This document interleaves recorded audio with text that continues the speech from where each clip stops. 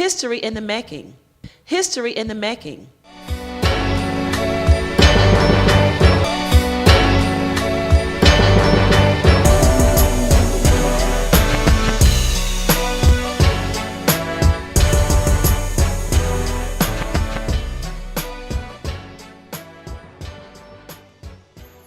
I'm Liz Howard, and welcome to our new series entitled History in the Making. On this series, we will feature the Charles Sumner School and Museum, as well as its namesake, the former U.S. Senator Charles Sumner. Stay tuned. We have Miss Kimberly Springle, and she's the director of Charles Sumner School and Archives. Hello, Kimberly. How are you doing? Hello, Liz. I'm doing wonderful. Can you give us a little background about the Charles Sumner School today? Absolutely, I sure can.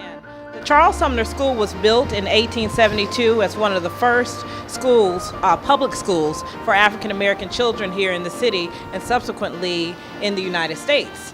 The building was built by prominent architect Adolph Cluse, and he had several other buildings here in the nation's capital, of which we have 4. The columns that you see here on the side were actually donated by the Smithsonian Institution as they were designed by Cluse, but not original to the building. We have the Charles Sumner School entrance, and can you give us a little background on that? Absolutely.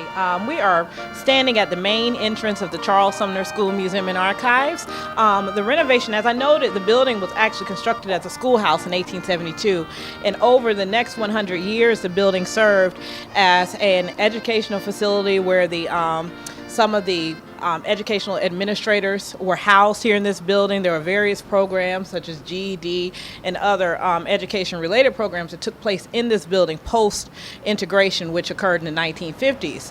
Around about 1979, the roof collapsed in this building, at which point it was developed a plan to turn this facility into a museum and archives and a cultural center right here, centrally located in Washington, D.C.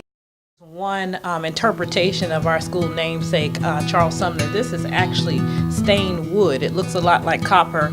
I don't know what artist did this, but this is a piece that's just in our collection.